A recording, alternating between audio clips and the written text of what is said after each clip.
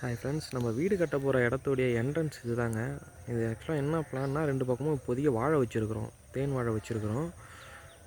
என்ட்ரன்ஸில் மட்டும்தான் 2 பக்கம் தேன் வாழை வச்சுருக்கோம். மற்றபடி பார்த்திங்கன்னா இதிலேருந்து ஃபுல்லாக எல்லா வெரைட்டி வாழையும் வந்து ஃபுல்லாக வச்சுருக்குறோம். இன்னையோட வந்து 15 நாள் ஆகுது. அதோடைய க்ரோத் எப்படி இருக்குதுன்னு காட்டலாம் அப்படின்னு சொல்லிட்டு தான் இந்த வீடியோ. இது வந்து எதுக்காக வலை கட்டியிருக்கோன்னா, ஃபுல்லாகவே லாக் பண்ணியிருக்கோம். வலை கட்டி லாக் பண்ணியிருக்கோம். ஏன்னா கோழி வந்து உள்ளே வந்துடக்கூடாது அப்படின்ட்டு. கோழி உள்ளே வந்து தான் பார்த்திங்கன்னா இந்த வாழைக்கட்டையை என்ன பண்ணி வச்சுருக்கு பாருங்கள், எப்படி கொத்தி கொதறி வச்சுருக்குன்னு பாருங்கள். இது வந்து 15 நாள் க்ரோத்து தேன் வாழை.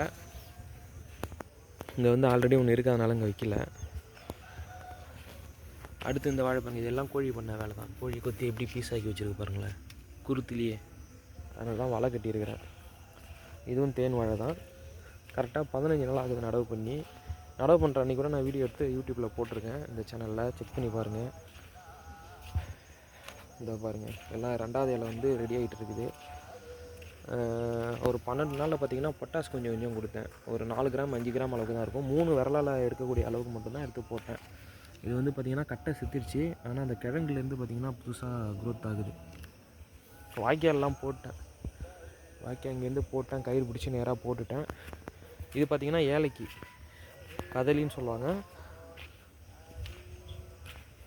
இதெல்லாம் கொஞ்சம் மிக்சிங்கில் வச்சுருக்கேன். இதெல்லாம் கொஞ்சம் மிக்சிங்கில் இருக்குது. இந்த பக்கம் மட்டும் 4 சைடில் ஒரு சைடு மட்டும் மிக்சிங்கில் வச்சுருக்கிறேன். அடுத்து இங்கேருந்து பார்த்திங்கன்னா ப்ராப்பராக ஆர்டராக இருக்குது. இது வந்து பார்த்திங்கன்னா மோரிஸுங்கிற ரகம். வந்து மஞ்சளாக நீட்டாக பழுக்கும் பாருங்கள், அந்த ரகம். அந்த கீழே ஒன்று இருக்குது பாருங்கள் குட்டியாக. இது வந்து இங்கே லோக்கலில் வந்து ஃப்ரெண்டு கொடுத்தா வாங்கி வச்சுருக்கோம். இப்போ இதுலேருந்து பார்த்துக்கிட்டிங்கன்னா நேந்திரம்லாம் க்ரோத் நல்லாவே இருக்குது. ஒரே ஒரு கட்டை மட்டும் தான் வரல, மற்றபடி பார்த்திங்கன்னா 10 கட்டையில் எல்லாமே வந்துடுச்சு. இதெல்லாம் பாருங்கள் 3வது இலையே வந்துடுச்சு வெறும் 15 நாளில். வச்சவொடனே மலை கிளம்பி வந்துடுச்சு. இதுவும் நேந்திரம் தான். நேந்திரம் க்ரோத் நல்லாவே இருக்குது, எதிர்பார்த்ததை விட அருமையாக இருக்குது நேந்திரம் க்ரோத்து. பாருங்க, எல்லாம் ஒரு அடிக்கு மேலே வந்துடுச்சு. இந்த ஒரு நேந்திரம் மட்டும்தான் வரல. இது வந்து வருமா இல்லையான்னு சொல்லிவிட்டு இடையில கட்டையை பிடிங்கி பார்த்தா அதில் வேர் வந்துச்சு, அதனால் அப்படியே வச்சுட்டேன். அதனால் லேட் ஆகுதா என்னன்னு தெரியல. இதுலேருந்து செவ்வாழை ஸ்டார்ட்டு. இதெல்லாம் செவ்வாழை க்ரோத்து நல்லா இருக்குது பாருங்கள். இதுவும் செவ்வாழை தான். 2வது இலை வந்துச்சு. இதுலேருந்து பார்த்திங்கன்னா செவ்வாழை. அது செவ்வாழையில் ஒன்று வரல, இந்த செவ்வாழை வரல, 15 நாள் ஆகியுமே வரல. இதெல்லாம் கூர் தட்டிடுச்சு. இதை பாருங்க, கூர் வருது. இதோ கூர் வந்துடுச்சு. இதோ பாருங்கள், எல்லாம் செவ்வாழை. இது வந்து பார்த்திங்கன்னா இந்த G9ங்கிற வெரைட்டி பச்சை நடா. இது கொஞ்சம் குள்ளமாக இருக்கும்னு நினைக்கிறேன். இந்த ரகம் நம்ம ஏரியாவில் யாருக்கிட்டையும் கிடையாதுங்க. இது வந்து வந்தால் தான் வளர்ந்து வந்தால் தான் தெரியும் எப்படி இருக்குது அப்படின்னு. இதெல்லாம் வந்து G9ங்கிற ரகம், ஜென்ரேஷன் 9 சொல்லுவாங்க. அது ஷார்ட்டாக G9 அப்படின்னு சொல்கிறது. இதோ பாருங்களேன், எல்லா க்ரோத்து நல்லாவே இருக்குது. மழை டைமில் கரெக்டாக வச்சதால். இது வந்து பார்த்திங்கன்னா லெமன் கிராஸு, சும்மா மண்ணரிமானத்துக்காக வச்சுருக்கிறேன், எப்படி வருதுன்னு பார்க்கலாம் அப்படின்ட்டு. அதே மாதிரி G9லேயும் ஒன்று வரல, நேந்திரத்தில் ஒன்று வரல, செவ்வாழையில் ஒன்று வரல, G9ல் ஒன்று வரல. இது வந்து பார்த்திங்கன்னா மொந்தன், இந்த பஜ்ஜி வறுவலுக்கெல்லாம் யூஸ் பண்ணுற, சமைக்கிறதுக்கு யூஸ் பண்ணுற காய். இது வந்திங்கன்னா இது வந்து சப்போட்டா. இது வந்து பாலாவில் விட்டு கட்டின சப்போட்டா, கிரிக்கெட் பால் வெரைட்டி. இதில் ஒரு பிஞ்சு கூட இருக்குது. இதை பாருங்கள், குட்டியாக பிஞ்சு. அதை வந்து எடுத்துடணும், இப்போ வந்து விடக்கூடாது. இப்போ விட்டோம் அப்படின்னா அது வந்து செடி பெருக்காது. அதில் வந்து ஒரு பாக்கு வச்சுருக்குறோம். அப்புறம் வந்து அந்த செடியும் பார்த்திங்கன்னா இந்த இது தான், என்னது, இந்த முந்தன்கிற ரகம்.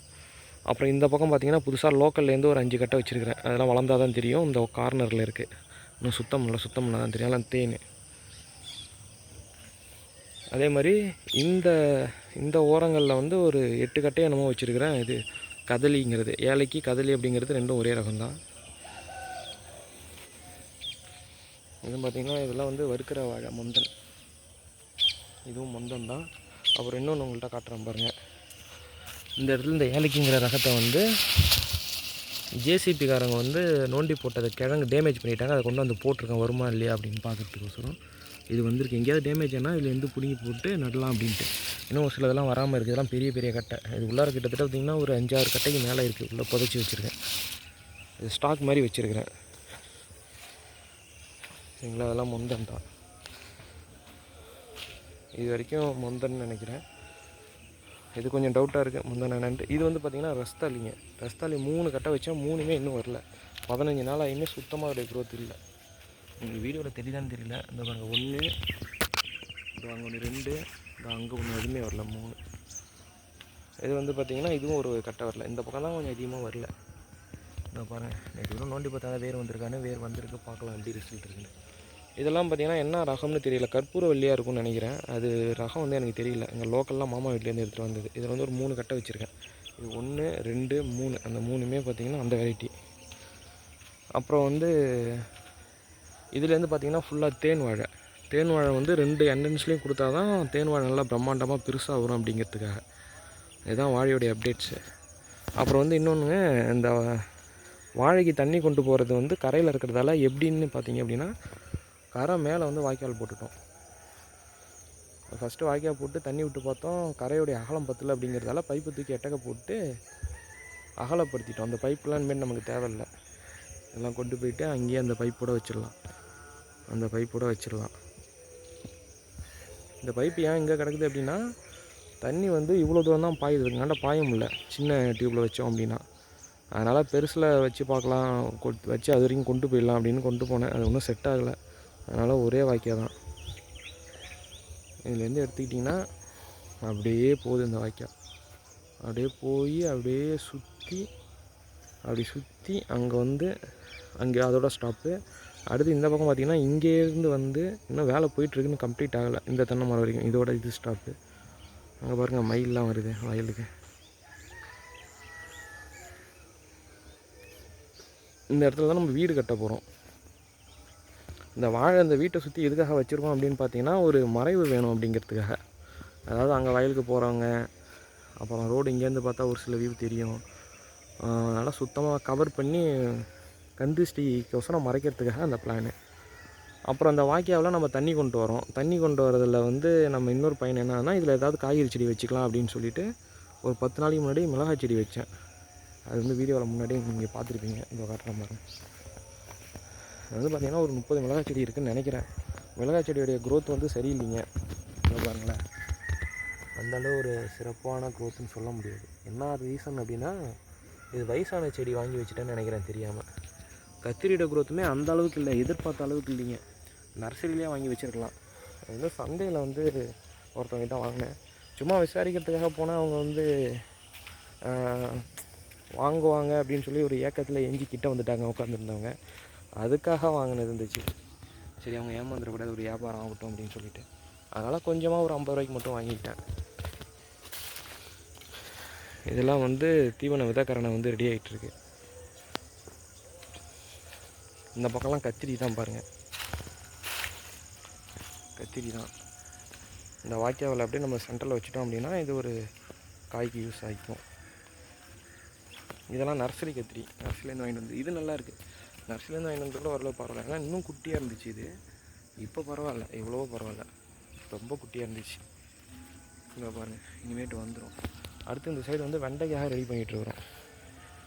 மயில் பாருங்கள், இந்த சைடு ஃபுல்லாக வெண்டை. 2 பக்கமும், இந்த பக்கமும் வெண்டை, அந்த பக்கமும் வெண்டை. 2 லைன் வெண்டை விட்டுடலாம் அப்படின்ட்டு இருக்கேன். அப்புறமேட்டு ஒரு தீவன பயிர் வந்து இதில் ஒரு ஒன்று 2 வாழைக்கு சென்டரில் 1, 2 வாழைக்கு சென்டரில், 2 வாழைக்கு சென்டரில் அப்படின்னு சொல்லி கவர் பண்ணலாம் அப்படின்னு ஒரு ஐடியா இருக்குது. சரிங்க, அவ்வளோதான் அப்டேட்ஸு. இன்றைக்கி அப்டேட்ஸ். வாழைக்கன்று வச்சு 15 நாள் ஆகுது. இந்த மிளகாய் கத்திரிலாம் வச்சு ஒரு 10 நாள் பக்கம் ஆகும். சப்போட்டா வந்து நேற்று தான் வச்சேன். இதுதான் நம்மளுடைய ஃப்ளாட்டு. மயிலாம் ரொம்ப ஈஸியாக வருது பாருங்க. அதெல்லாம் மயில் பார்க்குறதே ரொம்ப அரிதான விஷயமா இருக்கும். இப்போல்லாம் பார்த்தீங்கன்னா காக்கா கோழி மாதிரி வருது. அது மட்டும் ரொம்ப அங்கே பாருங்க, அந்த பக்கமும் இருக்குது. இன்னும் நிறையாவுக்கு வரும் பொழுது போன நேரத்தில்.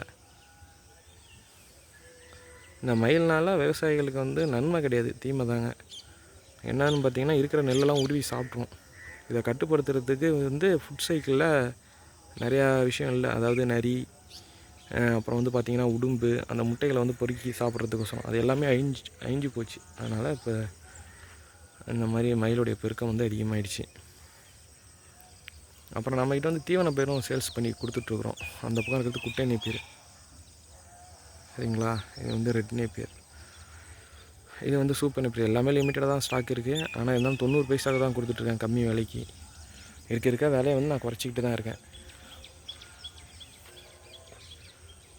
இது நம்ம நெல் வயல் தான். இது நம்ம தோட்டமாக பின்னாடி யூஸ் பண்ணிக்கலாம் அப்படின்ட்டு. இப்போதைக்கு இந்த ஃப்ளாட்டில் வந்து 3 தென்னை மரம் மட்டும்தான் இருக்குது. வேறு எந்த ஒரு பர்மனெண்ட் பிளான்ட்டுமே அதில் நடக்கூடாதுன்னு நினச்சேன். ஒரு சப்போட்டா மட்டும் நட்டுருக்கேன். அது மட்டும்தான் பர்மனெண்ட் பிளான்ட். என்ன ரீசன்னா, நேற்று டிசம்பர் 30 அப்படிங்கிறதால, டிசம்பர் 30 அமாவாசை ப்ளஸ் வந்து நர்சரிக்கு நான் போனேன், அப்படியே வாங்கிட்டு வந்துட்டேன். அதுவும் ஒரு ஓரமாக தான் வச்சுருக்கிறேன்.